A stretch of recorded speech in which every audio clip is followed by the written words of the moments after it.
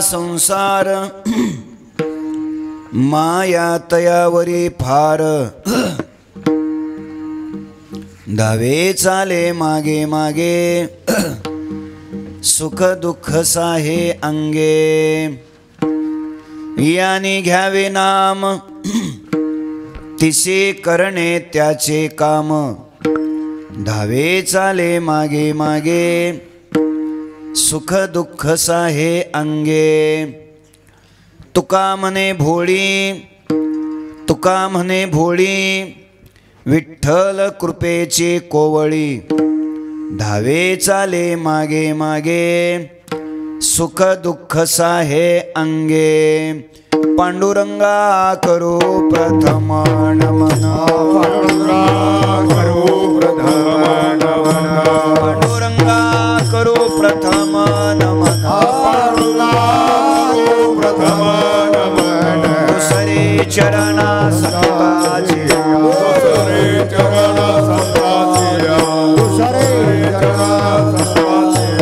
त्यांच्या कृपादाने कथेचा विस्तार त्यांच्या कृपादाने कथेचा विस्तार सद्गुरुदास तुका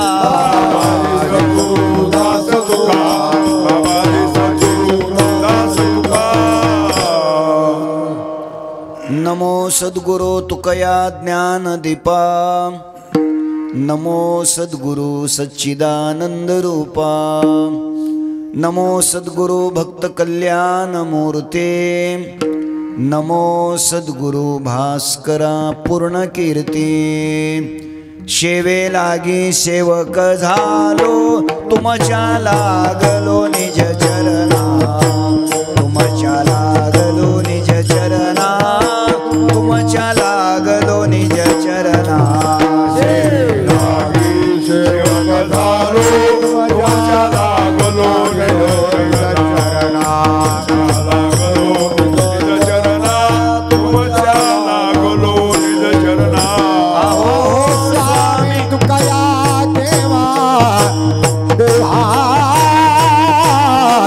यावरी न करावा अभेरो न करावा अभेरू यावरी न करावा अभेरो अहो स्वामी तुझ्या देवा यावरी न करावा अभेरो न करावा अभेरो यावरी न करावा अभेरो सोडिला संसार माया तयावरी फार धावे चाले मागे मागे सुख दुःख साहे अंगे अनंत कृपा विभूषित विश्ववंद्य विश्वसंत संत श्रेष्ठ जगद्गुरु श्री तुकोबाराय यांच्या अभंग गाथेतील 4 चरणाचा अभंग शिवेकरिता घेतलेला आहे। या अभंगाच्या द्वारा संत श्रेष्ठ जगद्गुरु श्री तुकोबाराय भगवान परमात्म्याच्या अंतःकरणामध्ये भक्ताविषयी असलेलं प्रेम प्रगट करतात। विठ्ठल विठ्ठल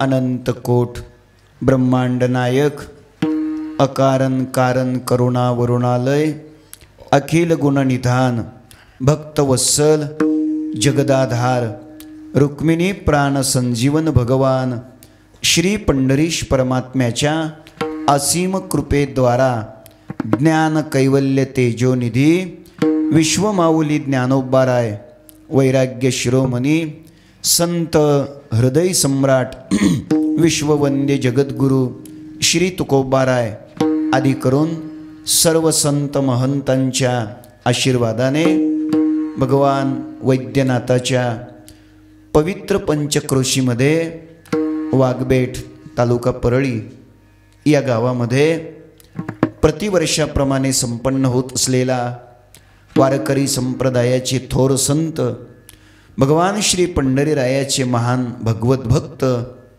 सद्गुरू संत भगवान बाबा महाराज यांच्या पुण्यतिथी महोत्सवाचं औचित्य साधून संपन्न होत असलेला हा आठव्या वर्षाचा हा महोत्सव हरिभक्तीपरायण आदरणीय अंगद महाराज यांच्या संकल्पनेतून साकारलेला हा महोत्सव, या महोत्सवातील आजच्या या चिंतन सेवेचा सुयोग 6व्या दिवसाच्या या सेवेचा सुयोग सप्ताह संयोजक समितीच्या द्वारा या गावातील सर्व भाविक, सर्व वैष्णव, टाळकरी, माता भगिनी आपल्या सर्वांच्या पवित्र उपस्थितीमध्ये आजच्या या सेवेचं सौभाग्य आदरणीय हरिभक्तीपरायण वसंतरावजी गित्ते महाराज बेलंबेकर यांच्या आदेशामुळं आणि या गावातल्या सर्व भजनी मंडळीच्या मुरलीधररावजी गित्ते या सर्वांच्या स्नेहामुळं आजच्या या सेवेचं सौभाग्य मला प्राप्त झालेलं आहे. संकल्पित वेळेमध्ये म्हणजे राहिलेल्या 1-1.25 तासामध्ये आपण अभंगाचं चिंतन करण्याचा प्रयत्न करू. विठ्ठल विठ्ठल.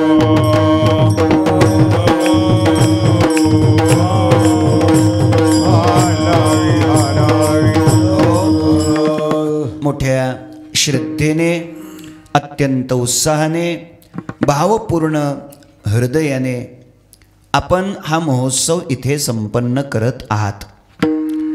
आपली बहिर्मुख इंद्रिये अंतर्मुख बनावी, आपलं चंचल अंतःकरण स्थिर शांत बनावं, आपल्या वृत्तीतील हृदयातील दोष विकार नष्ट व्हावे, अनादी कालापासून भगवंताच्या दर्शनाची आपल्याला जी भूक लागलेली आहे ती भूक तृप्त व्हावी, देवामध्ये आणि आपल्यामध्ये अनुभूतीच्या दृष्टीनं जे करोडो किलोमीटरचं अंतर आहे ते अंतर हळूहळू कमी व्हावं, शता एका तरी जन्माच्या शेवटी कृपाळुआ पोटी येईल दया. भगवान श्री पंढरीरायाला आपली दया यावी, स्वप्नात का होईना येऊन प्रभूने आपल्याला दर्शन द्यावं आणि आपला अनंत जन्माचा प्रवास पूर्ण व्हावा, या स्वच्छ अपेक्षेनेच आपण सर्वजण या धर्ममंडपात उपस्थित आहात. मी आपणा सर्वांच्या चरणकमली अंतःकरणपूर्वक वंदन करतो. वारकरी संप्रदायातील या परिसरातील ज्येष्ठ श्रेष्ठ कीर्तनकार, प्रवचनकार, कथाकार या ठिकाणी उपस्थित आहेत. वारकरी संप्रदायातले भजनाच्या क्षेत्रातले उत्तुंग लोक या ठिकाणी टाळ घेऊन उभे आहेत. या सर्व टाळकऱ्यांच्या चरणी आणि मृदंगाचार्य आपणा सर्वांच्या चरणी मी नतमस्तक होतो. आपण जशी कृपा कराल या पद्धतीने अभंगाचं चिंतन करण्याचा प्रयत्न करूया. विठ्ठल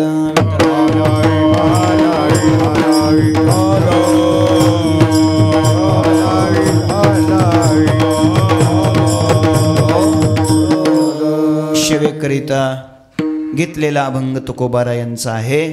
तुकोबाराय या अभंगातून भगवंताच्या अंतःकरणामध्ये भक्ताविषयी असलेलं प्रेम प्रगट करतात.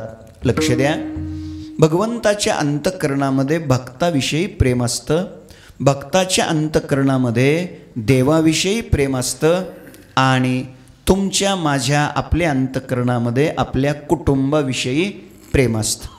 ऐका, भक्ताच्या अंतःकरणातील प्रेमाचा विषय देव आहे आणि आपल्या अंतःकरणातील प्रेमाचा विषय संसार आहे. भक्ताच्या अंतःकरणातील प्रेमाचा विषय सच्चिदानंद परमात्मा आहे आणि आपल्या अंतःकरणातील प्रेमाचा विषय असत जड दुःखरूप असलेला संसार आहे. भक्ताच्या अंतःकरणातील प्रेमाचा विषय सत्य, नित्य, चेतन, अविनाशी असलेला देव आहे आणि आपल्या अंतःकरणातील प्रेमाचा विषय असत्य, अचेतन, जड आणि नाशवान असलेला संसार आहे. थोडं लक्ष द्या. भक्ताच्याही अंतःकरणामध्ये काय आहे? प्रेम आहे. थोडं पुढे या जरा. भक्ताच्याही अंतःकरणामध्ये काय आहे? प्रेम आहे. आणि आपल्याही अंतःकरणामध्ये काय आहे? प्रेम आहे. लक्ष द्या. मग भक्ताच्याही अंतःकरणामध्ये प्रेम असेल बरं का, आणि आपल्याही अंतःकरणामध्ये काय आहे? प्रेम असेल, तर मग ते भक्त आणि आपण संसारिक असा फरक का? तर त्याचं उत्तर असं आहे. या मागचे या सारखं थोडं पुढे. त्याचं उत्तर आपल्याला विचारात घ्यायचं आहे. त्याचं उत्तर लक्षात घ्या. प्रेम हे तर प्रत्येकाच्या अंतःकरणामध्ये असतं. ऐका, आपलं एखाद्या व्यक्तीवर किंवा एखाद्या वस्तूवर किंवा एखाद्या पदार्थावर आपलं काय असतं? प्रेम असतं. मी अजून थोडं विचारणार आहे. माणसाच्या अंतःकरणामध्ये, ऐका, माणसाच्या अंतःकरणामध्ये प्रेम असावं का नसावं? तुम्ही जागेत? अहो, प्रेम असावं का नसावं? असावं. बरं, मी नसावं म्हटले ना, तुम्ही थोडं सोडून देणार आहेत. असावं, काय अडचण नाही, मी तुमच्या बाजूनं चालतो. असावं. नीट आहे का? फक्त उत्तर इतकंच आहे, प्रेमाचा विषय नसावा, प्रेमाचा विषय भगवान असावा. बस एवढाच फरक करायचा आहे. संपवायचे कीर्तन काय? प्रेम तर प्रत्येकाच्याच अंतःकरणात आहे.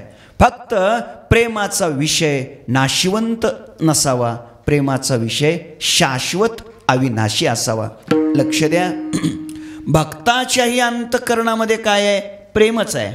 आणि आपल्याही अंतःकरणात काय आहे? प्रेमच आहे. फक्त भक्ताच्या अंतःकरणातील प्रेमाचा विषय देव आहे आणि आपल्या अंतःकरणातील प्रेमाचा विषय संसार आहे.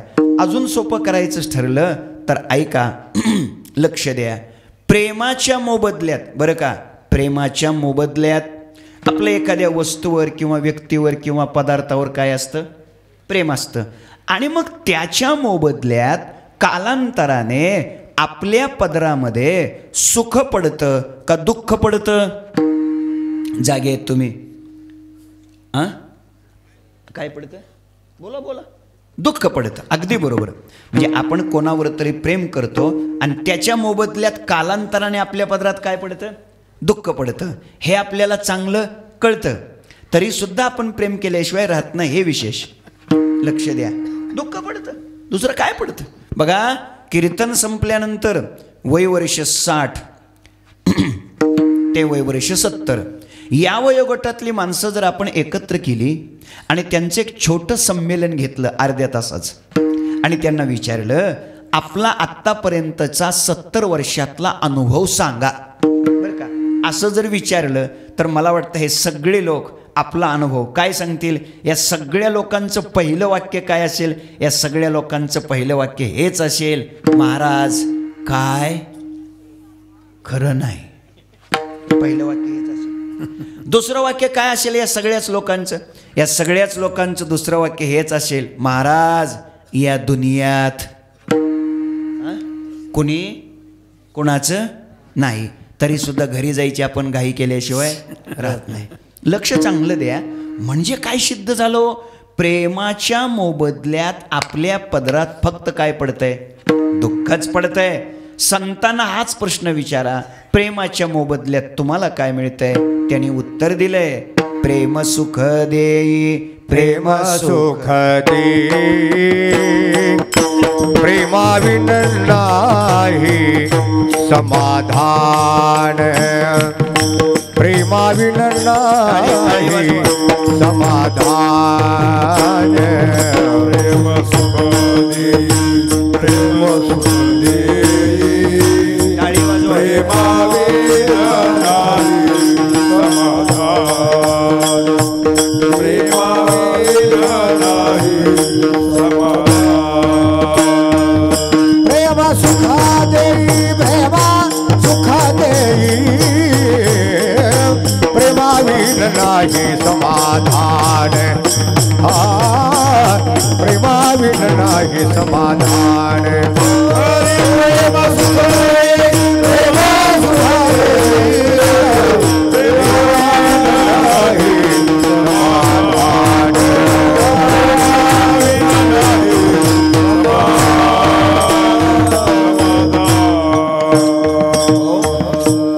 प्रेम सुख देई. बरं होतं ना पहिलंच. लक्ष द्या, पहिल्यासारखं करा. ऐका, प्रेमाच्या मोबदल्यामध्ये सुख मिळतं. हा अनुभव कोणाचा? पहिल्यासारखं करा. हा अनुभव कोणाचा आहे? संतांचा. आणि प्रेमाच्याच मोबदल्यात दुःख मिळतं. हा अनुभव कोणाचा? आपला. मग मला हे म्हणायचं आहे, मग नक्की प्रेम माणसाला सुख देतं का नक्की प्रेम माणसाला दुःख देतं? तर त्याचं उत्तर आहे, सुख अथवा दुःख हे प्रेमावर अवलंबून नसतं, प्रेमाचा विषय काय याच्यावर अवलंबून असतं. लक्षात ठेवा, प्रेमाचा विषय महत्त्वाचा आहे. कसं आहे, अजून सोपं करतो.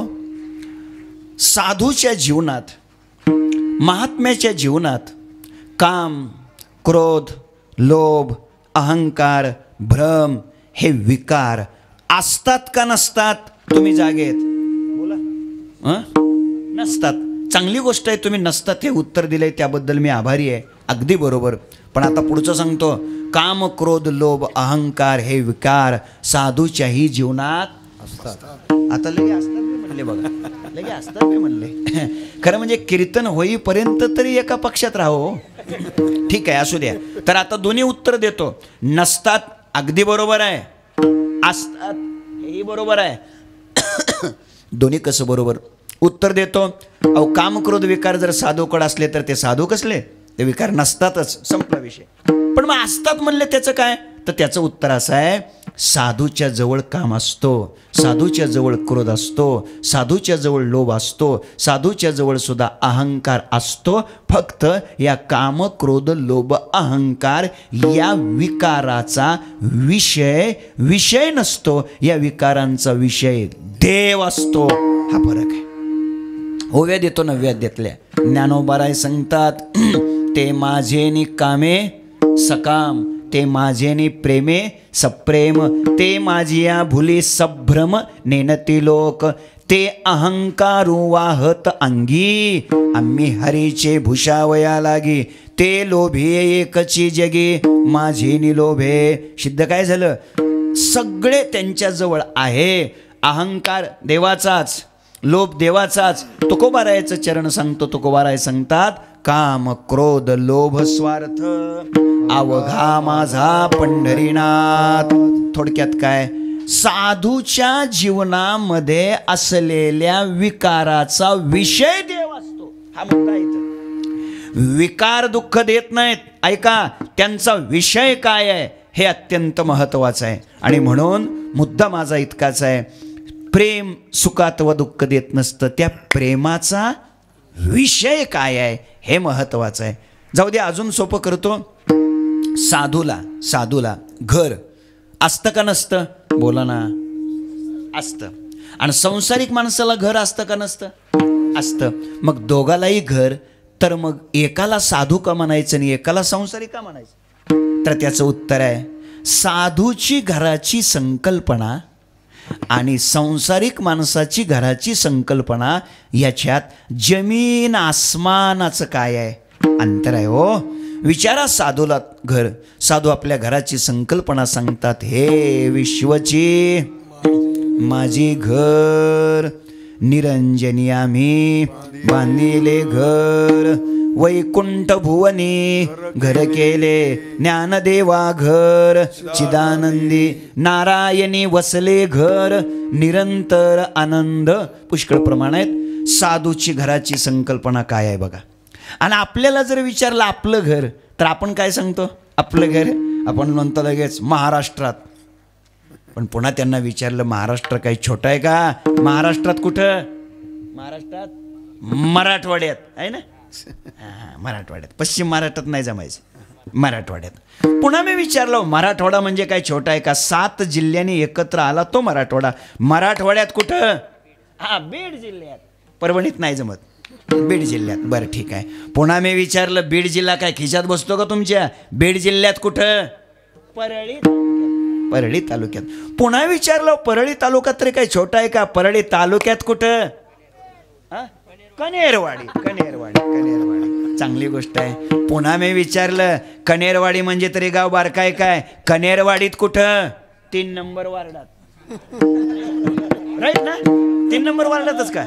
काय बघा जमलं बघा गोपाळे बाबा, आत्ता जमलं बघा कीर्तन.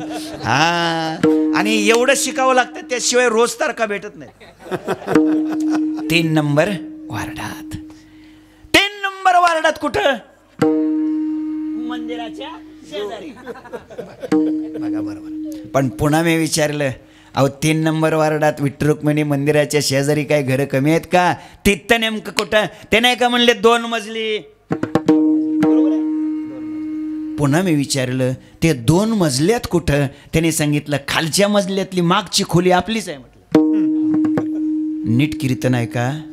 आपण आपल्या घराची संकल्पना किती संकोचित केली बघा, किती संकोचित केली. पहिल्यांदा आपण आपल्याला राष्ट्रानं संकोचित केलं, नंतर विभागानं संकोचित केलं, नंतर जिल्ह्यानं संकोचित केलं, नंतर तालुक्यानं संकोचित केलं, नंतर गावानं, नंतर वार्डानं, नंतर मंदिराच्या जवळ, नंतर 2 मजली. आता ते 2 मजली तरी आपल्याला म्हणायला पाहिजे होते की खालच्या मजल्यातली मागची खोली. नीट कीर्तन आहे का? आपण आपल्या घराची संकल्पना किती संकोचित मांडले हो. आणि साधूची संकल्पना कशी आहे? हे विश्वाची माझे घर. अजून विचारतो, साधूला कुटुंब असतं का नसतं?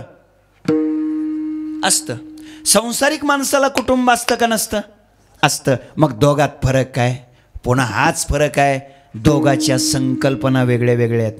साधूला विचारा तुमचं कुटुंब, साधू उत्तर देतात वसुधैव कुटुंबकम. संपूर्ण वसुधा पृथ्वी हेच त्याचं काय? कुटुंब आहे. आपल्याला विचारलं तर आपण फार तर असं म्हणू कुटुंब वसुधैव. किती कळलं असेल देव जाणे. अहो आपण डबक्यालाच समुद्र म्हणतो. लक्षात घ्या, 2019चा काळ होता, महिना एप्रिलचा होता. एक मनुष्य दुसऱ्या मनुष्याला म्हणाला, काय हो तुम्हाला कुटुंबातलं काय कळतं? कुटुंबाच्या कुठं जाणीव आहेत तुम्हाला? तुम्हाला कुठं कुटुंब आहे? कुटुंब आम्हाला आहे. दुसऱ्या दिवशी तो दुसरा माणूस उत्तर देत म्हणाला, हो हो कुटुंब तुम्हाला जसं आहे ना तसं आम्हालाही आहे, पण आमचं कुटुंब वेगळं आणि तुमचं कुटुंब वेगळं. त्याने उत्तर दिलं, तुमचं कुटुंब म्हणजे मुलगी, विकू नका करू, पहिल्यासारखं राहू द्या. तुमचं कुटुंब म्हणजे मुलगी, पुतण्या, नातू, एवढंच तुम्हाला कुटुंब आहे. माझं कुटुंब म्हणजे 125 करोड जनता, हेच माझं कुटुंब आहे. हे दुसऱ्या दिवशी दिलेल्या माणसाचं काय आहे? उत्तर आहे. त्या दोन्ही माणसाची नावं फारच जिज्ञासा असेल तर कीर्तन झाल्यानंतर निवांत खाजगीत भेटा.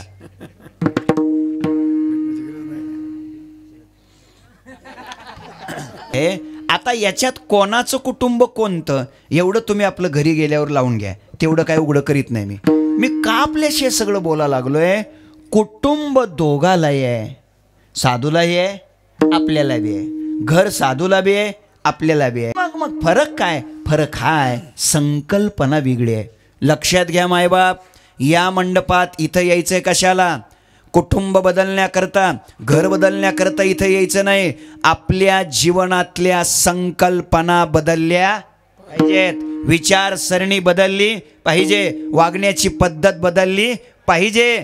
त्याच्याकरता या मंडपात यायचे. आमचे गुरुवर्य वैकुंठवासी घुले बाबा पाठामध्ये सांगत असताना म्हणायचे, बुवा परमार्थामध्ये आल्यानंतर स्थिती बदलली पाहिजे, परिस्थिती नव्हे. हे त्यांचं वाक्य होतं. किती कळलं असेल देव जाणे. माझा मुद्दा इतकाच आहे, स्थितीत बदल झाला पाहिजे, आचरणात बदल झाला पाहिजे, वागण्यात बदल झाला पाहिजे, वागण्याची पद्धत बदलली पाहिजे. कमीत कमी 1 वर्षीच्या सप्ताहातून प्रत्येक वर्षी किमान एक तरी दुर्गुण आपण सोडला पाहिजे. आणि म्हणून माझं असं मत आहे, कमीत कमी ज्याच्या गळ्यामध्ये तुळशीची माळ आहे, जो सप्ताहाचा आयोजक आहे, संयोजक आहे, कार्यकर्ता आहे, हा सगळा कार्यकर्ता, हा सगळा संयोजक, हा आयोजक, हा टाळकरी, हा माळकरी, हा वारकरी, हा जो वर्ग आहे, किमान हा वर्ग तरी व्यसनमुक्त असलाच पाहिजे. असं माझं मत आहे. कसा असला पाहिजे? व्यसनमुक्त असलाच पाहिजे. आणि आहेतच, कोणाकडेच तंबाखू नाही, गुटखा नाही, काय नाही, सगळे व्यसनमुक्तच आहेत. काय वादच नाही, प्रश्नच नाही. माझ्या मुद्द्याकडे लक्ष द्या. मी का बोला लागलोय? साधूच्याही जीवनात ऐका आणि आपल्याही जीवनात प्रेम आहे, पण प्रेमाचा विषय महत्वाचा आहे. साधूच्या जीवनातलं प्रेम देवाबद्दल, आपल्या जीवनातलं प्रेम कुटुंबाबद्दल, आणि भगवंताच्या हृदयामध्ये प्रेम भक्ताबद्दल. भगवंताच्या हृदयामध्ये कोणाबद्दल प्रेम आहे? भक्ताबद्दल. किती भक्त आवडतात देवाला?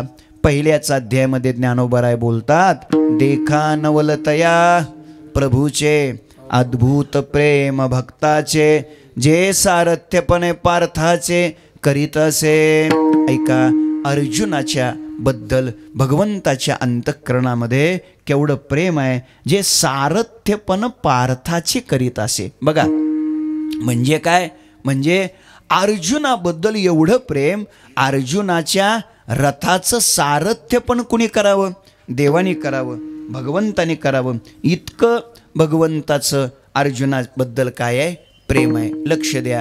अर्जुनाची घोडी दुतली अनंते, संकटे बहुते निवारली. केवढं प्रेम आहे हो. ऐका, भगवान सांगतात, एरवी मी अचक्षु आहे, पण माझ्या भक्ताला पाहावं हे मला डोहळ लागलं, आणि म्हणून मी डोळे घेऊन आलो. तो पाहावा हे डोहळे, म्हणून अचक्षुषी मज डोळे, हातीचे लीला कमळे पुजूतया ते. भगवान सांगतात, एरवी मी विदेही आहे, पण माझ्या भक्ताला आलिंगन द्यावं असं मला वाटलं, आणि म्हणून मी देह घेऊन आलो. तया संगाचेनी सुरवाडे, मज विदेहा देह धरणे घडे, किंबहुना आवडे निरूप. भगवान सांगतात, एरवी मला 2च भुजा आहेत, पण भक्ताला आलिंगन देण्याकरता दोवरी दोन्ही भुजा आलो घेऊनी, आलिंगावया लागुनी तयाचे अंग. चांगलं आहे का? भगवान सांगतात, भक्त मला इतके आवडतात, इतके आवडतात. भगवान भक्तावर इतकं प्रेम करतात, भगवंताच्या भक्ताच्या चरित्राची जे प्रशंसा करतात ते भगवंताला प्राणापेक्षा जास्त आवडतात. तर मग भक्त किती आवडत असतील? आणि तेही प्राणा परवते आवडती मज निरुते, जे भक्त चरित्राते प्रशंसिती. भक्ताच्या चरित्राची जे प्रशंसा करतात ते जर प्राणापेक्षा जास्त आवडत असतील तर भक्त किती आवडत असतील? अजून भाषा आहे पांडुरंगाची. भगवान सांगतात, माझ्या ज्ञानोबारायाची यात्रा जे करतात, माझ्या ज्ञानोबारायाच्या यात्रेला अलंकापूरला जे येतात ते सुद्धा मला आवडतात. यात्री अलंकापुरा येती, यात्री अलंकापुरा येती, येती अलंकापुरा येती,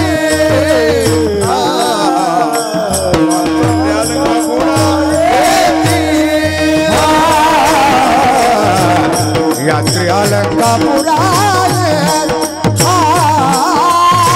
यात्री अलंकापुरा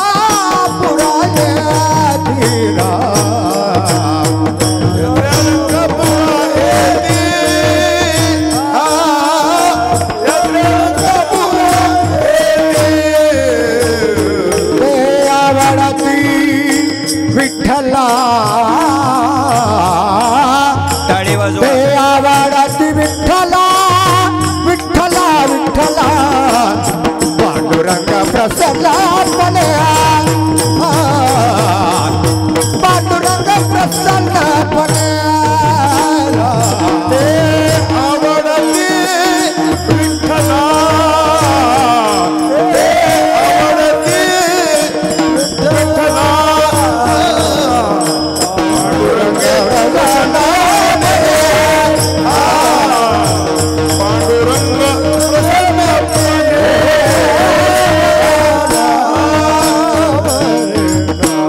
यात्रे अलंकापुरा येती, ते आवडते विठ्ठला पांडुरंगे प्रसन्नपणे केले देणे या ज्ञाना.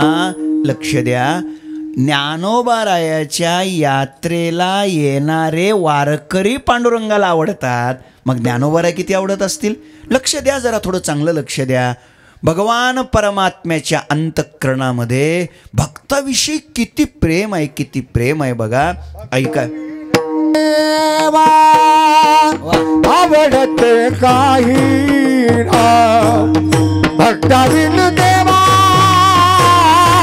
टाळी वाजवा. आवडते काही त्रिभुवनी नाही आन तुझे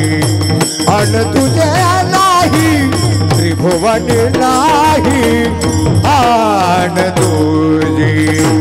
भक्ताविन देवा आवडते काही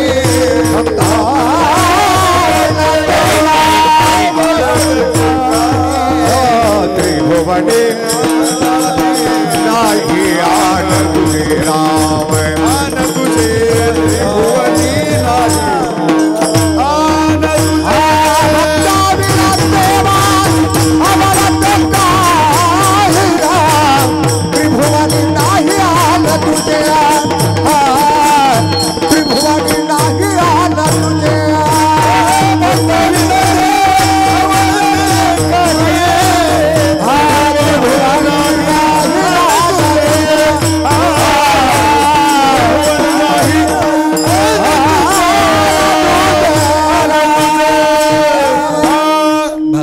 विन देवा आवडते काही त्रिभुवनी नाही आन दुजे, त्रिभुवनी आन दुजे भक्ताविन देवा आवडते काही. भक्ताशिवाय भगवंताला दुसरं काही आवडत नाही. थोडक्यात भगवंताचं प्रेम कुणावर आहे, भक्तावर आहे. बघा, लक्ष द्या, काय कमाल आहे, केवढं प्रेम आहे, केवढं प्रेम आहे. भगवान कृष्ण कन्हैयाने अर्जुनाच्या रथाचं सारथ्य पण करावं.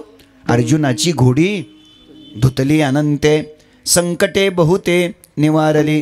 का बरं हे काम करावं? देवाला काही दुसरी नोकरी लागत नव्हती का? समजा नोकरी नाहीच केली तर काय खायची देवाची पंचायत होती का? काय अडचण होती? पण तरी सुद्धा हे टाकून दिलेलं काम देवाने का केलं? त्याचं एकच उत्तर आहे, अर्जुनाबद्दल प्रेम आहे. हो, केवढं प्रेम आहे, केवढं प्रेम आहे. ऐका, घोड्याचा खरारा देवानी करावा, घोड्याच्या जखमा देवानी पुसाव्या, रथ देवानी सजवायचा, रथाला घोडे देवानी जुंपवायचे, अर्जुनाच्या शिबिकेच्या समोर रथ आणून देवानी उभा करायचा, दोन्ही हात जोडून देवानी उभा राहायचं. कोणापुढं? अर्जुनापुढं. आणि देवानी म्हणायचं, स्वामी चला रथ तयार आहे. मग अर्जुनरावाने उठायचं. नाही म्हणजे आता देव त्यांना स्वामी म्हणतात म्हटल्यावर मी अर्जुन कसं काय म्हणून येतो? मग अर्जुनरावाने उठायचं, रथाच्या जवळ यायचं, जोड्यासहित आपला एक पाय देवाच्या मांडीवर ठेवायचा आणि मग दुसरा पाय देवानी रथात टाकायचा. तरीही भगवान अर्जुनाला काहीही म्हणत नसायचे. कारण अर्जुनाबद्दल भगवंताच्या अंतःकरणात काय प्रेम आहे, केवढं प्रेम आहे. खरं म्हणजे देव काहीही म्हणत नव्हते, गोष्ट खरी आहे. का म्हणत नव्हते? प्रेम आहे म्हणून. हे बरोबर, हे पटलं मला बी.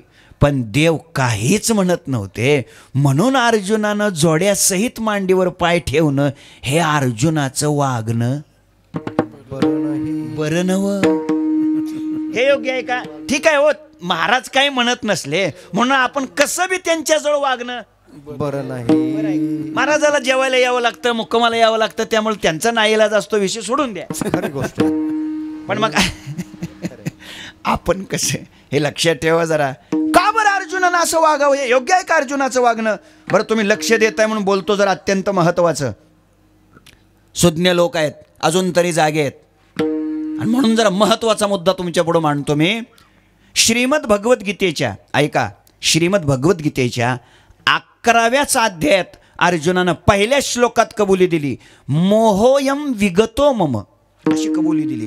की देवा माझा मोह काय झालाय गेला, विगतो मम, कबुली दिली. अरे तुला देवा मी आत्तापर्यंत जाणलं नव्हतं. अजानता महिमानम तवेदम मया प्रमादात प्रणयेन वापी, मी जाणलं नव्हतं. कृष्णा म्हणून हाकारी जे यादवपणे तुते बोली जे, हे ओळखीचे नी दाटपणे बहुत घडले, मान्य आहे. पण आता मात्र मी देवा तुला ओळखलंय, जाणलंय. अहो 18व्या अध्यायात तर स्पष्टच कबुली दिली. नष्टो मोह स्मृतीर लब्धा त्वत् प्रसादान मयाच्युत स्थितोस्मी गत संदेह करिष्ये वचनम तव. चांगला आहे का? जरा शहाणी माणसं जाग होणार आहे का?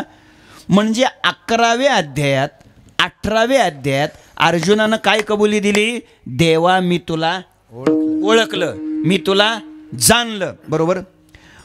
मग मी तुला जाणलं, मी तुला ओळखलं, ही कबुली कुठं दिली? गीतेमध्ये. कोणत्या कोणत्या अध्यायात? 11व्या 18व्या अध्यायात. बरोबर. ही कबुली दिली.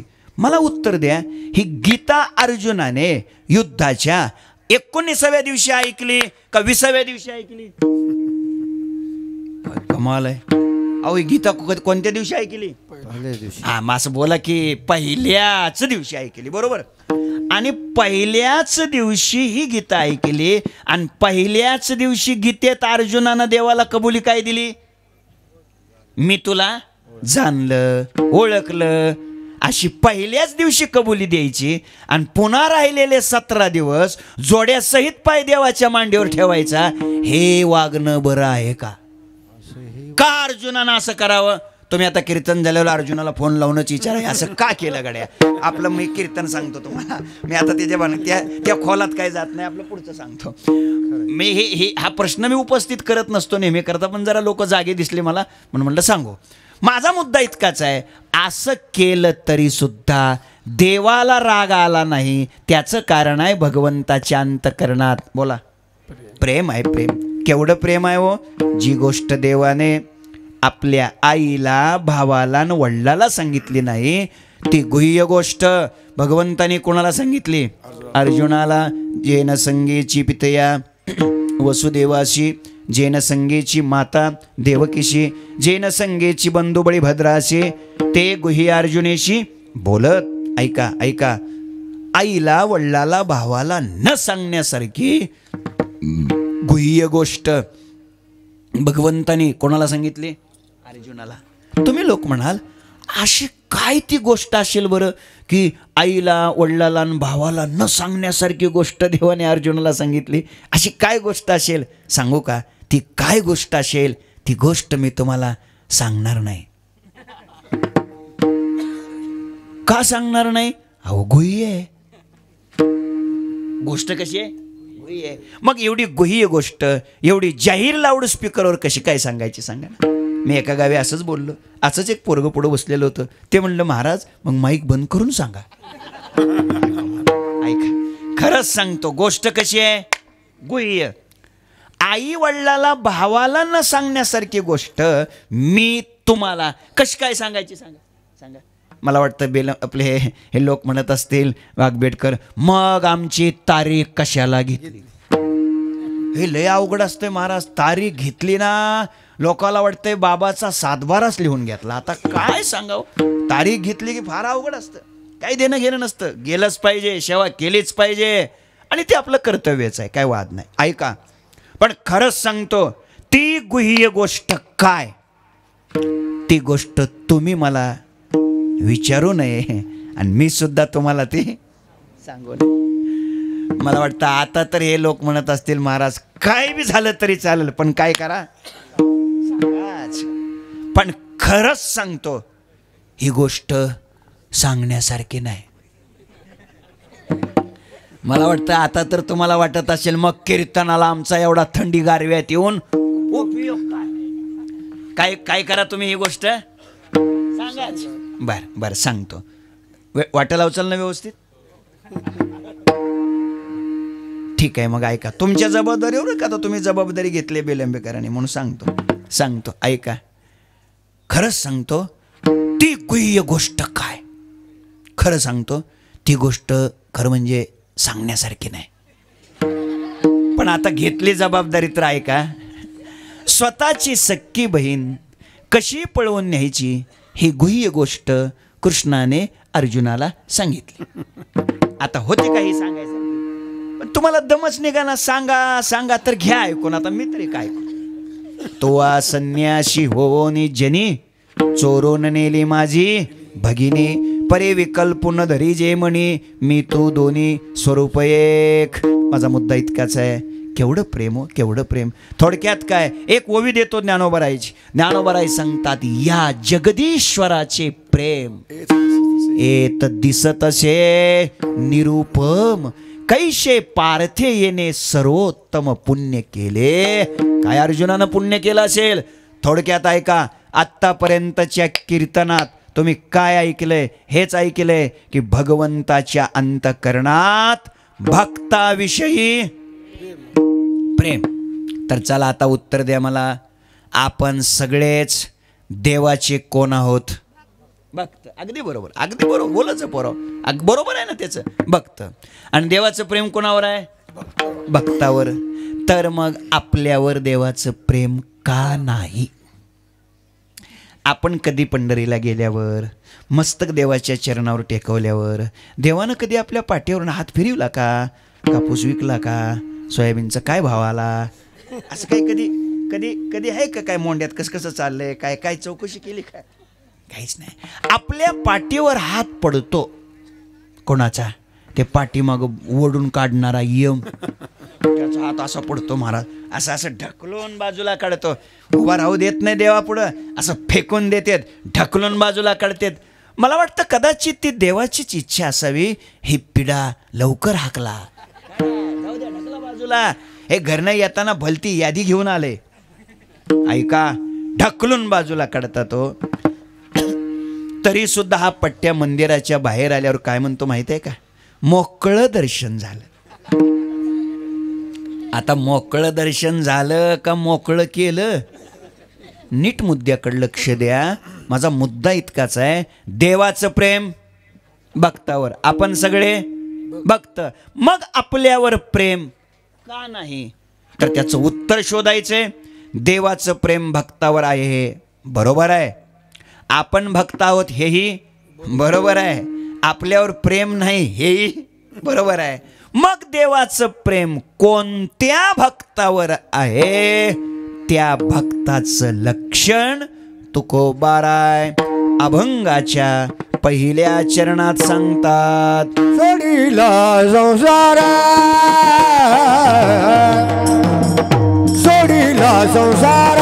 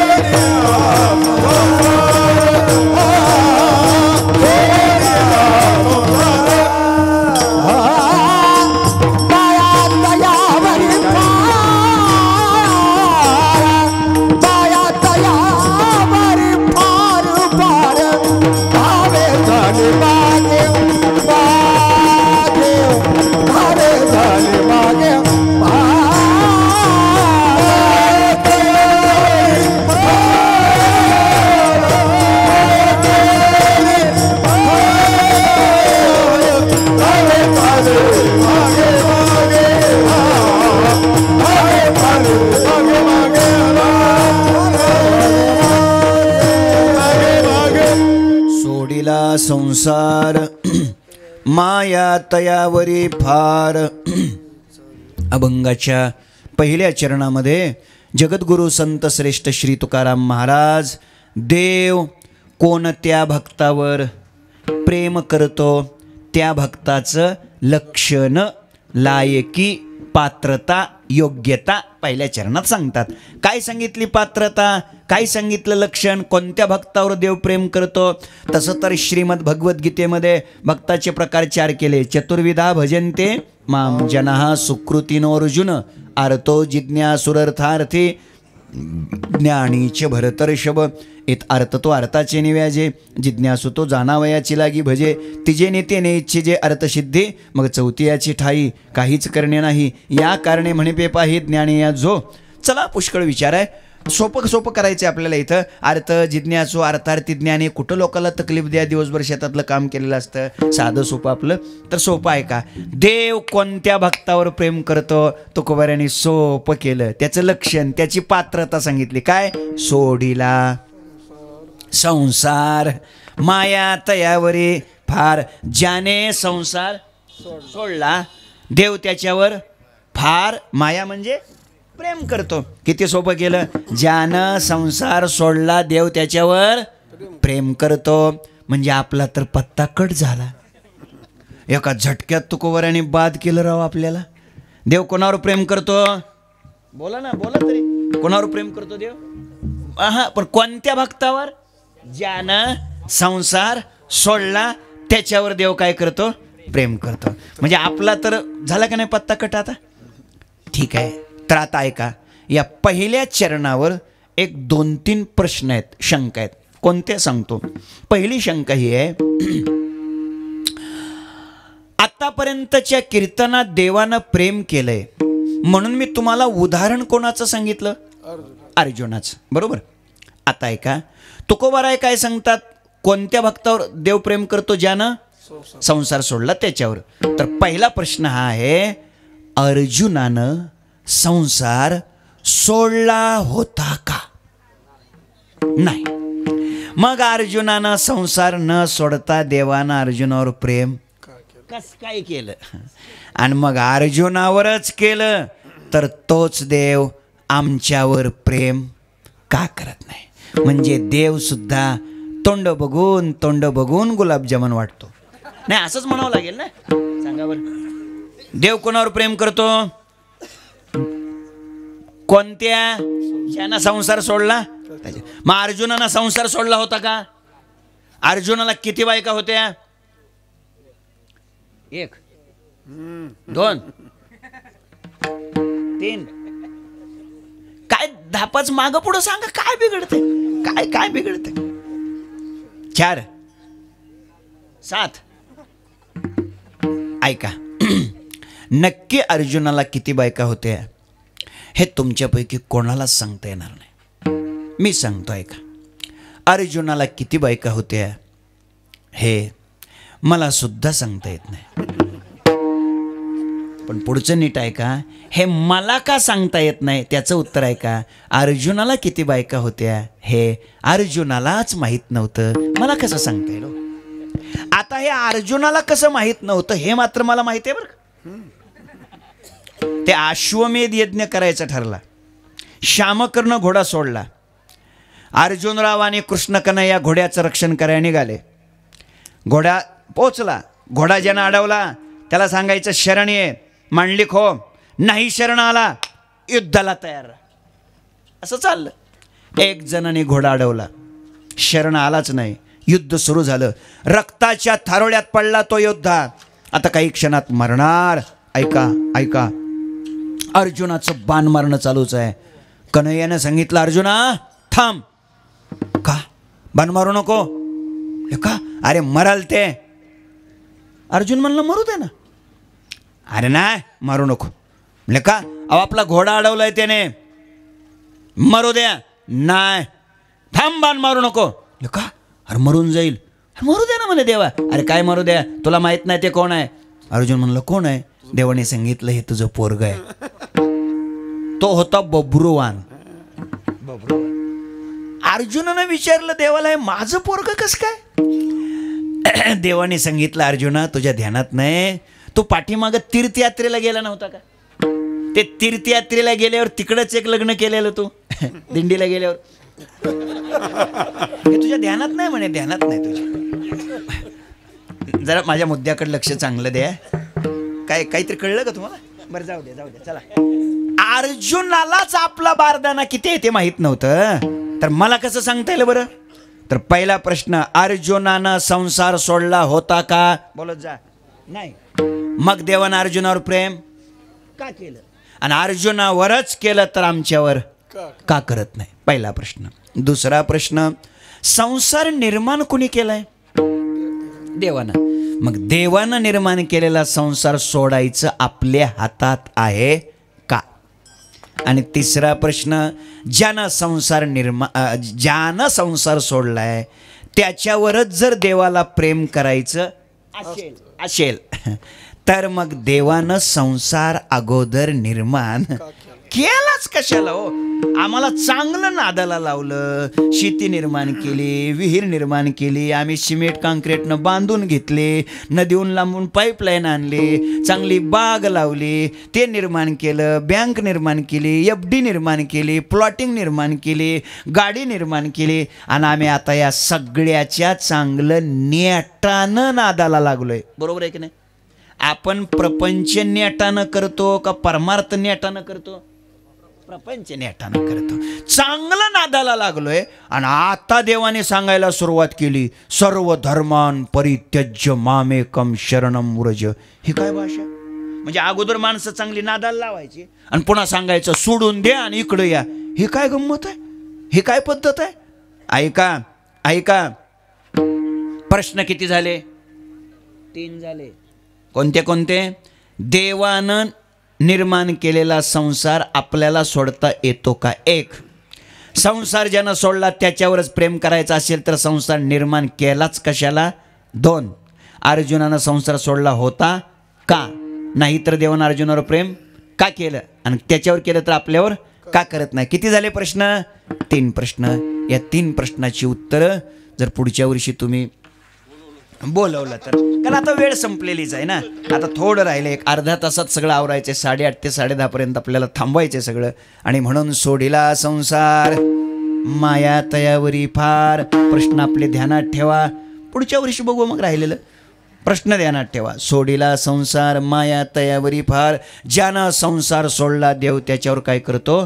फार प्रेम करतो, फार प्रेम करतो. महाराज, देव फार प्रेम करतो, फार प्रेम करतो म्हणजे नेमकं काय करतो? महाराज याचं उत्तर अभंगाच्या 2ऱ्या चरणात सांगतात. दावे चाले मागे मागे, दावे चाले मागे मागे, दावे चाले मागे मागे, दावे चाले मागे मागे, दावे चाले मागे मागे, दावे चाले मागे मागे. काळी काळी सुख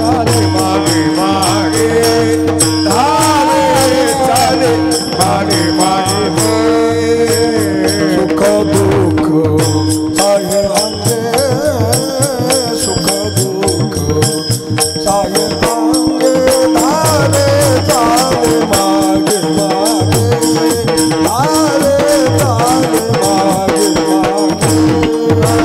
सुख दुःख साहे अंगे, सुख दुःख साहे अंगे, धारे चाले मागे मागे, धारे चाले मागे मागे, धावे चाले मागे मागे, सुख दुःख साहे अंगे. प्रेम करतो म्हणजे काय करतो? संक्षिप्त स्वरूपामध्ये बोलतो, भक्ताच्या दुःखाच्या वेळेला परमात्मा धावत येतो. धावे चाले मागे मागे म्हणून हिंडे मागे मागे, नामयाचे पाठी चाले केशरात. धावे चाले मागे मागे काय करतो? सुख दुःख साहे अंगे. इथं सुख दुःख शब्दाचा अर्थ सुख आणि दुःख असा घ्यायचा नाही. सुख दुःख शब्दाचा अर्थ एकच घ्यायचा, दुःखच. भक्ताच्या जीवनातलं दुःख भगवान परमात्मा स्वतः अंगानं काय करतो? सहन करतो. भाविकाचे काज अंगे देव करी, किंवा गवळीयाचे घरी अंगे गाईवळी. लक्ष द्या, ऐका जरा. स्वतः देव सगळी कामं करतो. कसं आहे बघा, अर्जुनाचं काय भाग्य आहे? अर्जुनाचं भाग्य, ध्वजस्तंभावरी मूर्तिमंत सारथी शारंग धरू, हे अर्जुनाचं काय आहे? भाग्य आहे. पण जरा ऐका, अर्जुनापेक्षा सुद्धा काकणभर जास्त भाग्य माझ्या ज्ञानोबारायाचं आहे. पटवून देतो. अर्जुनाचा रथ ओढला कोणी? अर्जुनाचा रथ ओढला कोणी म्हणतोय मी? जरा जरा जरा गडबडच चालली ना. पक्का नाही, निर्धार नाही उत्तर सांगण्यात. शिक्का मारताना असा पक्का मारला पाहिजे. तर ऐका, अर्जुनाचा रथ कोणी ओढला? अहो, मी अर्जुनाचा रथ चालिवला कोणी हे विचारलंय का? ओढला कोणी? अहो, घोड्याने म्हणा की काय कमाल. सोपं आहे. अर्जुनाचा रथ ओढला कोणी? घोड्याने. पण पुढं ऐका, ज्ञानोबारायाची भिंत कोणी ओढली? चालविली जड भिंती हरली चांग याची भ्रांती. हरली चांग मोक्ष मार्गीचा सांगाती ज्ञानोबा माझा. मोक्ष मार्गीचा सांगाती ज्ञानोबा माझा. मोक्ष मार्गीचा सांगाती मोक्ष मार्गीचा सांगाती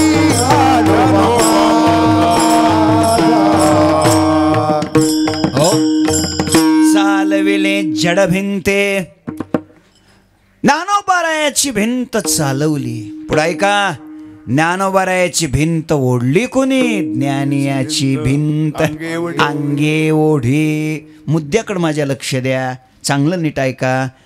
अर्जुनाचा रथ घोड्याने ओढला हो, पण माझ्या ज्ञानोबारायाची भिंत स्वतः देवानं येऊन ओढली. अंगे ओढी. इथं मला बोलायचंय, भक्ताच्या जीवनातलं काम, दुःख, संकट स्वतः भगवान स्वतःच्या अंगानं ते काम करतो. हा माझा मुद्दा आहे, गडी लावून नाही. काय झालं? भगवान कृष्ण कन्हैया नेहमी राधेचं नाव घ्यायचे, नेहमी राधेचं नाव घ्यायचे.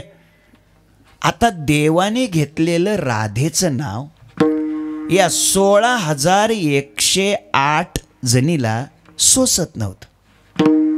आता कसं सोसायचं हो?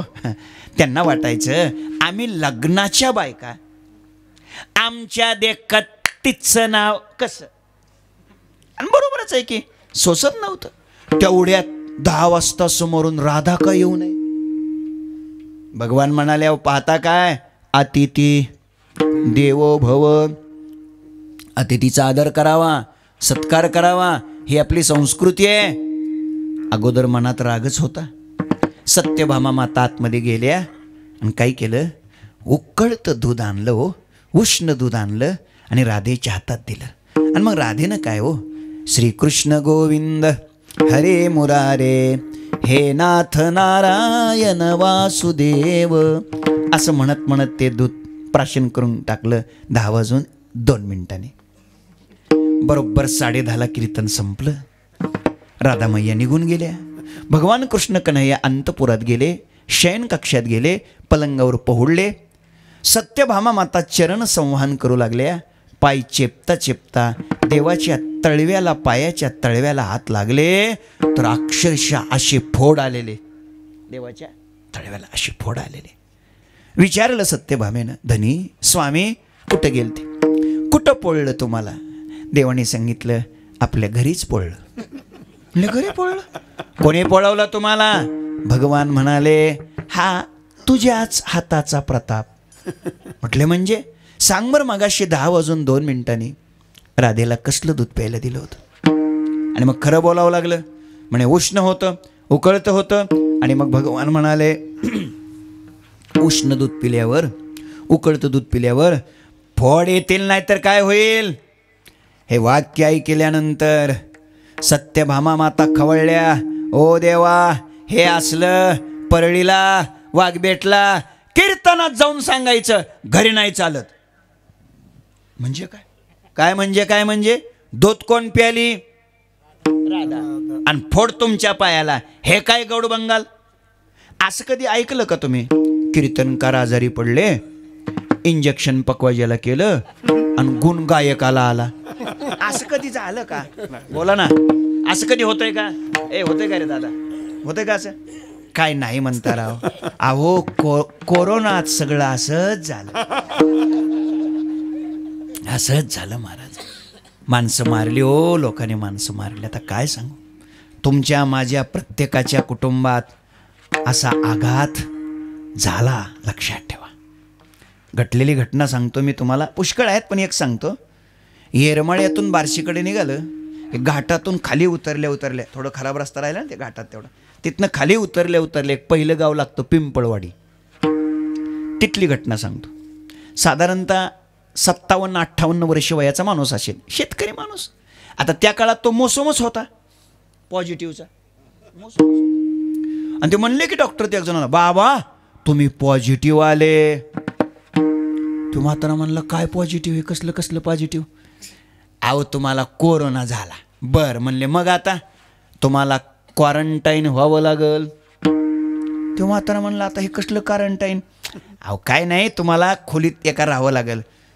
जेवायला आहे म्हणले, आणि मग राहतो की म्हणलं, मग काय अडचण नाही. जेवायला आहे म्हणल्यावर आपल्याला काय अडचण नाही म्हटलं. 8 दिवस ते बिचारा त्या खोलीमध्ये राहिला. मग डॉक्टरने काय करायचं, रोज सकाळी 4 गोळ्या, दुपारी 4 गोळ्या, संध्याकाळी 4 गोळ्या, असं चाललेलं. 8 दिवस झालं. 9व्या दिवशी डॉक्टरने त्यांना सांगितलं, बाबा तुम्ही आता निगेटिव्ह आले. म्हातारा म्हणला, अजून काय आली पंचायती नशिबाला. म्हणले, हे काय अजून? अहो काय नाही, आता तुम्ही बरे झाले. बरं म्हणले, वा. मग आता काय, सुट्टी तुम्हाला, जा घरी जा. सुट्टी म्हणले की त्याने आपल्या कमरेची ती तंबाखूची पिशवी काढली आणि त्याच्यातल्या 96 गोळ्या काढल्या. रोजच्या किती? 12. 8 दिवसाच्या 96 गोळ्या काढल्या आणि सांगितलं, डॉक्टर साहेब हे बघा ह्या गोळ्या. म्हणलं, का होतील की? म्हणले, पुढच्या पेशंटला रोग यायला अजून कोणाला. आणि म्हणलं, तुम्ही नाही का खाल्ल्या? तो म्हणला, मी नाही खाल्ल्या. डॉक्टरने विचारलं, का नाही खाल्ले? आणि तो म्हणला, काय झालं मला? काय झालं म्हणजे मी हे गावाच्या नावासहित कीर्तनात सांगतोय, लक्षात ठेवा. बंडल नाही, दंतकथा नाही, अशा कितीतरी घटना घडल्या डॉक्टर साहेब, हे लक्षात ठेवा. मी का आपल्याशी बोलायला लागलोय? माणसं घाबरवून मारली हो, लोकांनी घाबरवून मारली, लक्षात ठेवा. अरे दादानो, लोकांचे प्राण घेतले त्यावेळेस हो. तुमच्या माझ्या कुटुंबावर थोडा का होईना प्रत्येकाला या गोष्टीचा काय झालेला आहे, आघात झालेला आहे महाराज.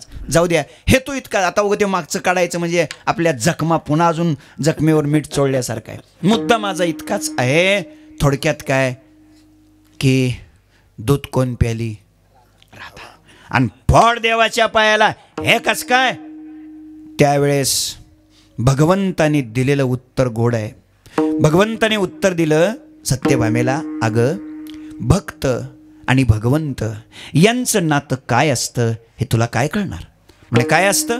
भगवान म्हणाले, भक्त त्यालाच म्हणतात ज्याच्या हृदयात माझे पाय अखंड असतात, त्यालाच भक्त म्हणतात. चित्ती तुझे पाय, डोळा रूपाचे ध्यान, अखंड मुखी नाम तुमचे वर्णावे गुण. याच्यातला अखंड पद तिन्ही क्रियेला लावा. चित्ती तुझे पाय अखंड, डोळा रूपाचे ध्यान अखंड, मुखे तुमचे नाम वर्णावे गुण अखंड. भगवंताने सांगितलं, राधेच्या हृदयात माझे पाय अखंड असल्यामुळं त्या उकळत्या दुधाचा परिणाम तिच्यावर न होता तो माझ्या पायावर झाला. मला अजून थोडं पुढचं तुमच्याशी बोलायचंय. मला इतकंच उत्तर द्या, दूध पोळून फोड येण्याचा प्रसंग कोणावर आला होता? बोला. नाही, राधेवर आला होता. पण तो राधेवर आलेला प्रसंग देवाने स्वतःच्या अंगानं स्वीकारला, बरोबर. मला इतकंच तुम्हाला विचारायचंय, का हो देवाला काय तिथे एखादा गडी लावता आला नसता का? एखादा मजूर लावता आला नसता का? देवाकडे काय गड्याची कमतरता आहे का? अजून बोलतो, देवाने त्या दुधाला जर सांगितलं असतं, हे दुधा थंड हो, झालं नसतं थंड. ते यच्चंद्रमसी यच्चाग्नौ तत्तेज विद्धिमामकम. म्या बोलविल्या वेदू बोले, म्या चालविल्या सूर्य चाले, म्या हलविल्या प्राणो हले, जो जगाते चाळीता. म्याच नेमेला साता काळुग्राशी तसे भूता, ये म्हणी आगते पंडसुता सकळे जयाचे, आईसा जो समर्थ तो मी जगाचा ना, तुझी या सत्तेने वेदाशी बोलणे, सूर्याशी चालणे तुझी या बळे, हे सामर्थ्य ज्या देवाचं आहे त्या देवाला दूध थंड करायचं अवघड होतं का? बोला की. जाऊ दे हो, सोपं करतो. त्या दुधाकडं देवानं डोळं वटारून जरी बघितलं असतं तरी त्या दुधाची आईस्क्रीम झाली असती, पण देवानं तसं केलं नाही. दूध पळून फोड येण्याचा प्रसंग जशाच्या तसा भक्ताच्या जीवनावरचा स्वतःच्या अंगानं स्वीकारला. याला म्हणतात सुख दुःख साहे अंगे. लोक म्हटले महाराज कळलं, कीर्तनीतपर्यंत कळलं, फक्त आम्हाला आता एक सांगा, भक्ताच्याच जीवनातलं दुःख परमात्मा का सहन करतो, आमचं का सहन करत नाही? महाराज सांगतात त्याचं कारण आहे भक्त आणि भगवंत यांच्यात करार झालाय. काय करार झालाय? भक्ताने देवाचं नाव घ्यायचं आणि देवाने भक्ताचं काम करायचं. हा करार अभंगाच्या 3ऱ्या चरणात सांगतात. घ्यावे नाम, घ्यावे नाम,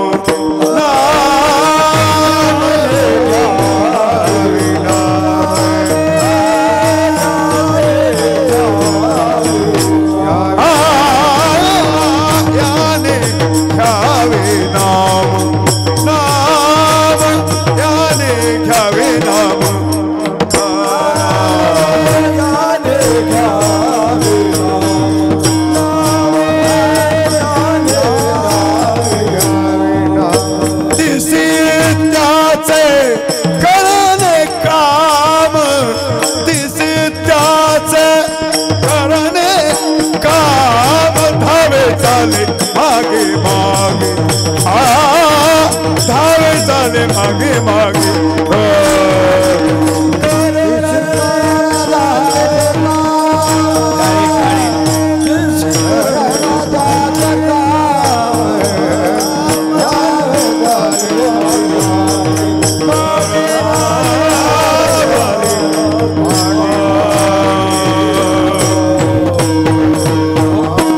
याने घ्यावे नाम तेसे करणे त्याचे काम.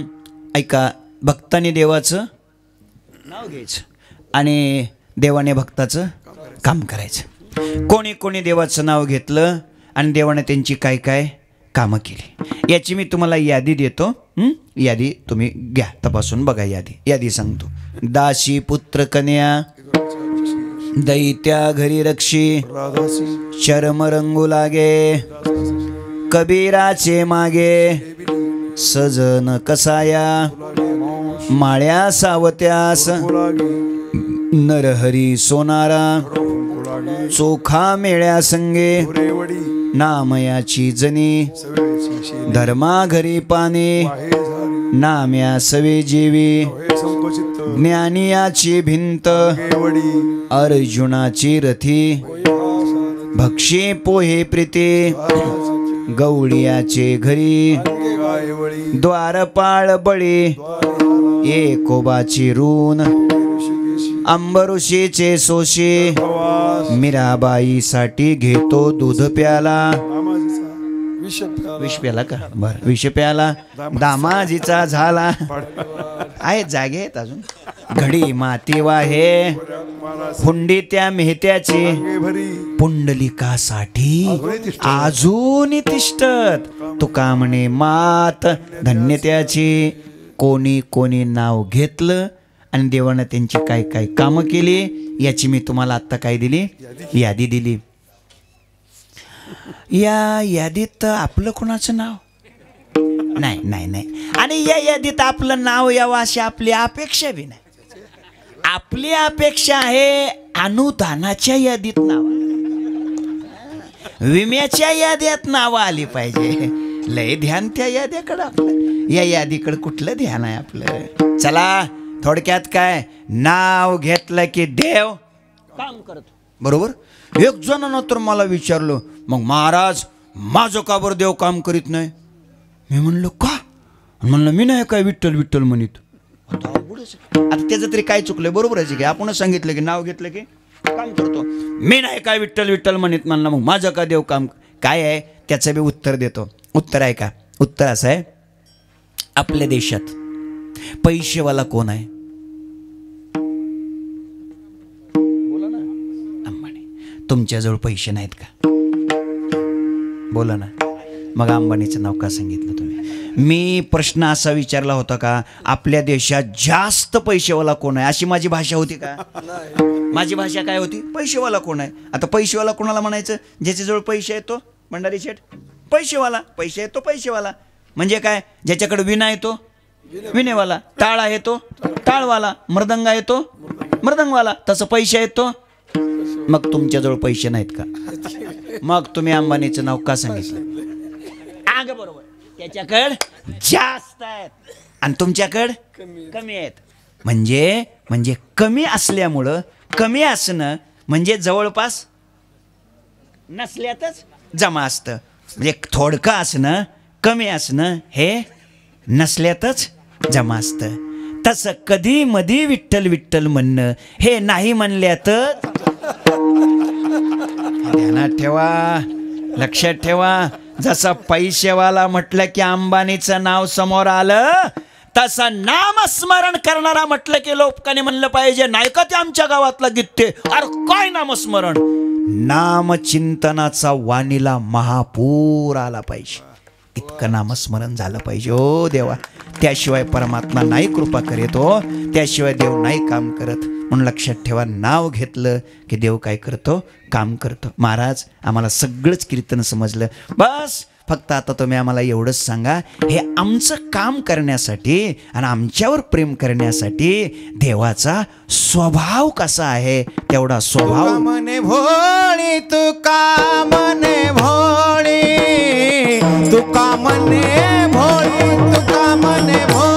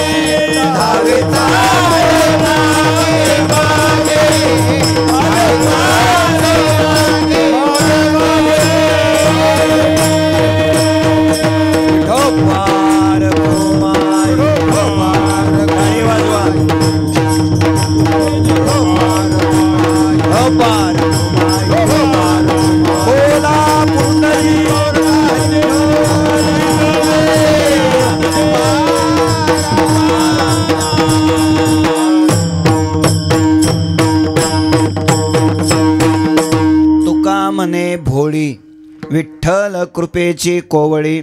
अभंगाच्या शेवटच्या चरणामध्ये तुकोबराय देवाचा स्वभाव सांगतात. परमात्मा अत्यंत भोळा आहे आणि कसा आहे तो? कृपाळू आहे. किती कृपाळू आहे? त्याच्यासारखा दुसरा कोण कृपाळू आहे? ऐशी कृपावंत कोण? माझ्या विठाई वाचून. प्रमाण वाढवत नाही. एक 5 मिनटं फक्त आपल्या नियोजित वेळेतले शिल्लक राहिलेले आहेत. साधारणतः 7-8 मिनटं आहेत. तेवढ्यामध्ये मी सगळं थांबवणार आहे. ऐका, देव कसा आहे? कृपाळू आहे. किती कृपाळू आहे, किती कृपाळू आहे. एका वाक्यात सांगतो.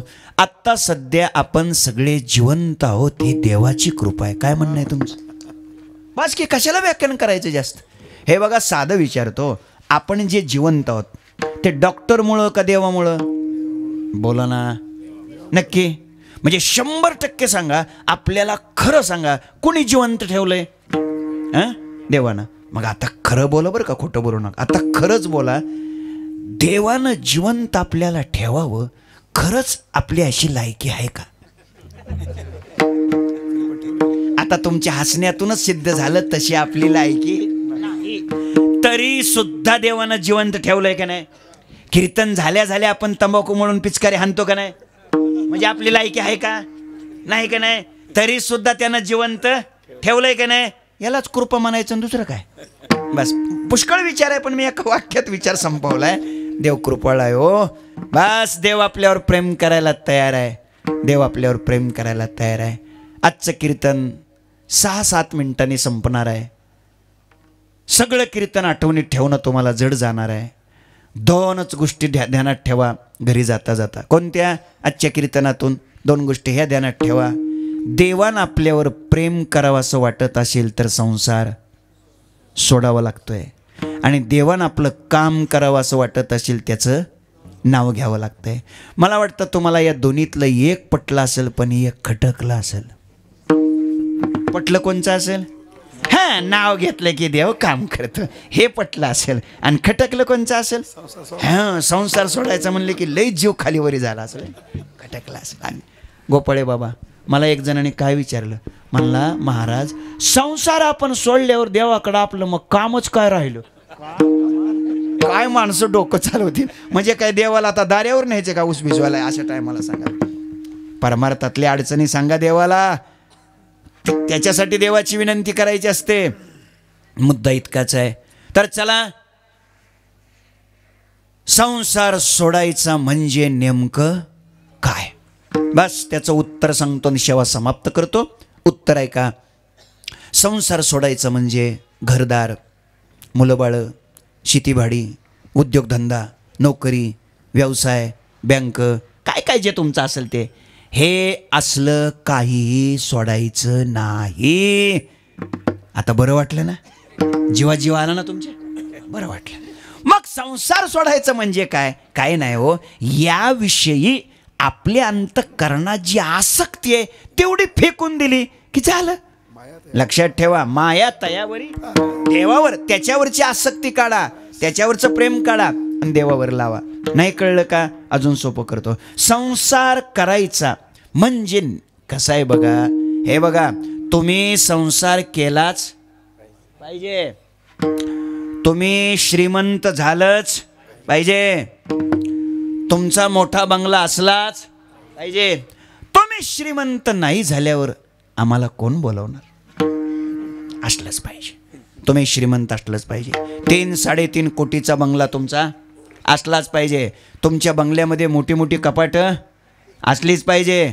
त्या कपाटामध्ये सोन्याची बिस्किटं असलीच पाहिजेत. 500च्या नोटाचे बंडल असलेच पाहिजेत. मी ईडीला सांगत नाही, असलंच पाहिजे, काही वाद नाही. फक्त आमची एवढीच विनंती आहे, त्या 500च्या नोटाच्या बंडलच्या एका कडेला ज्ञानेश्वरी असावी, एका कडेला गाथा असावा. बस बस, आमचं एवढंच म्हणणं आहे. बघा बघा, मी एकदम सोपं करतो.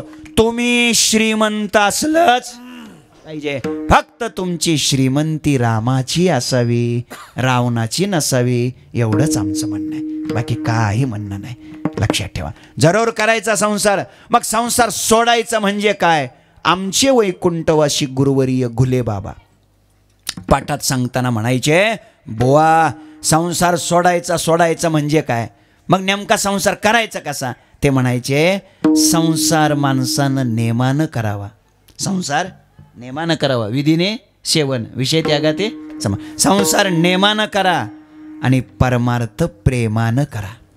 तुम्ही जागेत बघा, खरं सांगा, आपली जरा गल्लत झाली. काय? आपण परमार्थ नियमानं करतो आणि संसार प्रेमानं करतो. घोटाळा कसा झालाय बघा. संसार कसा करायचा? नियमानं आणि परमार्थ प्रेमानं. आपल्याकडून काय झालंय? आपण परमार्थ कसा करतो? नियमानं. प्रतिवर्षाप्रमाणे चालत आलेला अखंड हरिनाम सप्ताह 9 ते 11 कीर्तन संध्याकाळी. 8 ते 10 करायचं म्हटलं की काय अटॅक येतोय का काय होतंय कोणास ठाऊक. आम्ही नियमाच्या बाजूला जायलाच तयार नाही. आता बघा किती या टाळकऱ्यांना त्रास होतोय मायबाप. आता हे कीर्तन झाल्यावर मोटरसायकलवर प्रवास करायचा आहे, 25-25 किलोमीटर जायचं आहे, किती थंडी वाजणार आहे, किती त्यांचे हातपाय काकडणार आहेत, याचा करा ना विचार. तुम्ही आता घरात जाऊन 2-2 रगी पांघरून झोपणार आहेत, लक्षात ठेवा. पण 200-400 किलोमीटर प्रवास करणाऱ्या माणसाची काय अवस्था, मोटरसायकलवर प्रवास करणाऱ्याची काय अवस्था होत असेल, करा ना विचार या टाळकऱ्यांचा तुम्ही. हे लक्षात ठेवा. म्हणून माझी या ग्रामस्थांना हात जोडून कळकळीची विनंती आहे, पाया पडून विनंती आहे तुम्हाला, कीर्तनाची वेळ किमान 8 ते 10 कराच, एवढी माझी हात जोडून विनंती आहे, कळकळीची विनंती आहे. ज्यांनी टाळ्या वाजवल्या त्यांनी तरी जोर लावा पुढच्या वर्षीपासून 8 ते 10ला. किती थंडी आहे हे लक्षात ठेवा. करा जरा काळजी घ्या. कशा करता मी आपल्याला बोलायला लागलो? परमार्थ कसा करायचा आजपासून? प्रेमानं आणि संसार नेमानं. नाही कळलं? अजून सोपं करतो. माणसानं घरात वागताना नेमानं वागावं का प्रेमानं वागावं? नेमानं. घरात नेमानं वागायचं. तिकडं बस, मी SP आहे. आता घरात असतं वय SP. अरे घरात तू बाप आहे, कुणाचा तरी भाऊ आहे, घरात काय ऑफिसला झालं ते. चला आता बोला, माणसानं घरात वागताना नेमानं वागावं का प्रेमानं वागावं? आता लगेच बदलले बघ. इकडे नाही जमलं की इकडे शिरायचं. तर कसं घरात वागताना प्रेमानं वागावं आणि रस्त्याने चालताना नेमानं चालावं का प्रेमानं चालावं? नाहीतर प्रेमानं चालतात असं नाही चालायचं. रस्त्यानं असं प्रेमानं नाही चालायचं, रस्त्यानं नियमानं चाला. संपलंय कीर्तन. संसार नेमानं करा आणि परमार्थ प्रेमानं करा. नियमानं करायचा म्हणजे सोडल्यातच जमाय. नियमानं करायचा म्हणजे कसा करायचा? 2च मिनिटात थांबणार आहे. नियमानं करायचा म्हणजे कसा करायचा संसार? तुम्हाला शेळी माहिती आहे का? काय कमाल आहे. शेळी माहित नाही? माहित आहे. शेळी कधी पाणी पिताना बघितली का? बघितली. गुडघे इतक्या पाण्यात शिरून पाणी पिते का मांडे इतक्या पाण्यात शिरून पाणी पिते? मग कमरे इतक्या. मग कडेला उभा राहून पाण्यापासून 50 फूट लांब उभा राहते. पाण्याच्या जवळ जाते, चिखलात जात नाही, नक्की सुद्धा भरू देत नाही, खडकाळ जागा बघते. बरोबर. पुढचं 2 गुडघं खाली टेकवते. त्याला आमच्या भागात मेटं मोडणं म्हणतात. बरोबर आहे का? मेटं मोडणं. तोंड अलगत पाण्यात बुडवते, घट घट घट घट पाणी पिते, पोटभर पाणी पिते, 2 गुडघं सरळ करते, 2 पावलं तशीच मागं सरकते आणि निघून जाते. पुन्हा पाणी पिणाऱ्यासाठी पाणी स्वच्छ तयार ठेवते. संपलं कीर्तन. साधू संतांचं संसार करणं म्हणजे शिळीनं पाणी पिल्यासारखं. आता आहे का? तुम्हाला म्हैस माहिती आहे का? उशीर करू नका की माहित आहे. म्हैस कधी तुम्ही पाणी पिताना बघितली का? बघितली. कशी पाणी पिते? असे भसा भसा भसा भसा पाण्यात शिरते, पडून पाणी पिते, मागून पाणी सोडून. सगळा पाण्याचा खराबा, अंगाचा सत्यानाश, पाठीमागून येऊन पाणी पिणाऱ्याची बोंबाबोंब. बरोबर. आपलं संसार करणं म्हणजे म्हशीनं पाणी पिल्यासारखं आहे. बास, कीर्तन संपलंय आजचं. आजपासून म्हशीसारखं सोडून द्या आणि शिळीसारखं चालू करा. ज्ञानेश्वर माऊली ज्ञानराज माऊली, ज्ञानेश्वर माऊली ज्ञानराज माऊली,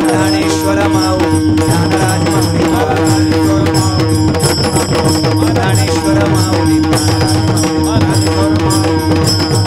तुकाराम तुकाराम तुकाराम तुकाराम. तुकाराम तुकाराम तुकाराम तुकाराम.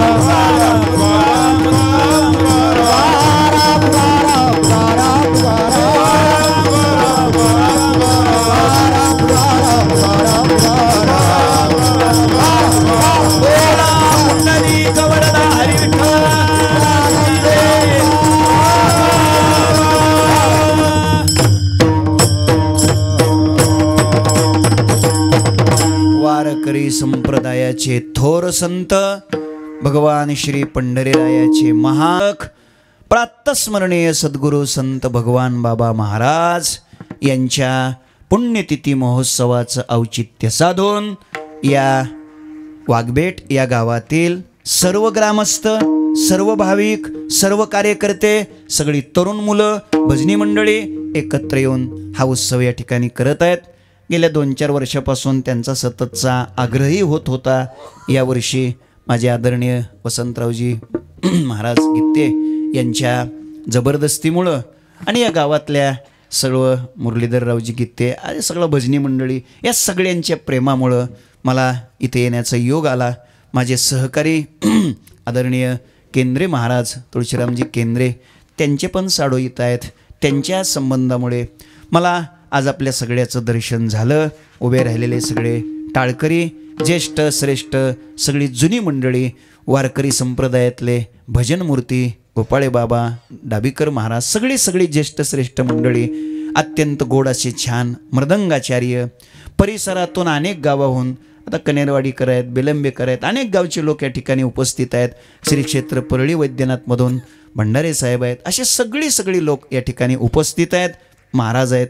आपल्या सगळ्याच्या चरणी मी हृदयापासून नतमस्तक होतो, वंदन करतो आणि कधीतरी या गावकऱ्यांना विनंती करतो की ही वेळ कमी करा. माझ्या टाळकऱ्याच्या आरोग्याचा विचार करा. थंडीचे दिवस आहेत. 5:30 पावणे 6लाच दिवस मावळतोय. थोडं लवकर वेळेत घेत चला, एवढी मी आपल्याला विनंती करतो. मी 8:30 वाजता इथं उभा राहिलो. 10:30 वाजल्या. 2 तासाची माझी पूर्ण इमानदारी झालेली आहे बरं का. लक्षात राहू द्या, म्हणजे ते बी बरं आहे, म्हणजे काय बेईमानी वगैरे झालेलं नाही. मी इमानदारी केलेली आहे. तुम्ही सुद्धा इमानदारी करा. आणि या सगळ्याचा भाव इतकाच आहे, कधीतरी देवानं आपल्यावर प्रेम करावं. देवाच्या प्रेमाला लायक बनण्याचा माझ्यासहित आपल्याकडून सगळ्याकडून प्रयत्न व्हावा. देवाच्या प्रेमाला, देवाच्या मर्जीला आपलं जीवन उतरलं पाहिजे. देवानं आपल्याला आपलं म्हणलं पाहिजे, अशी आपली साधना घडावी, एवढीच भावना या निमित्ताने प्रगट करतो आणि चिंतन सेवेला पूर्णविराम देतो.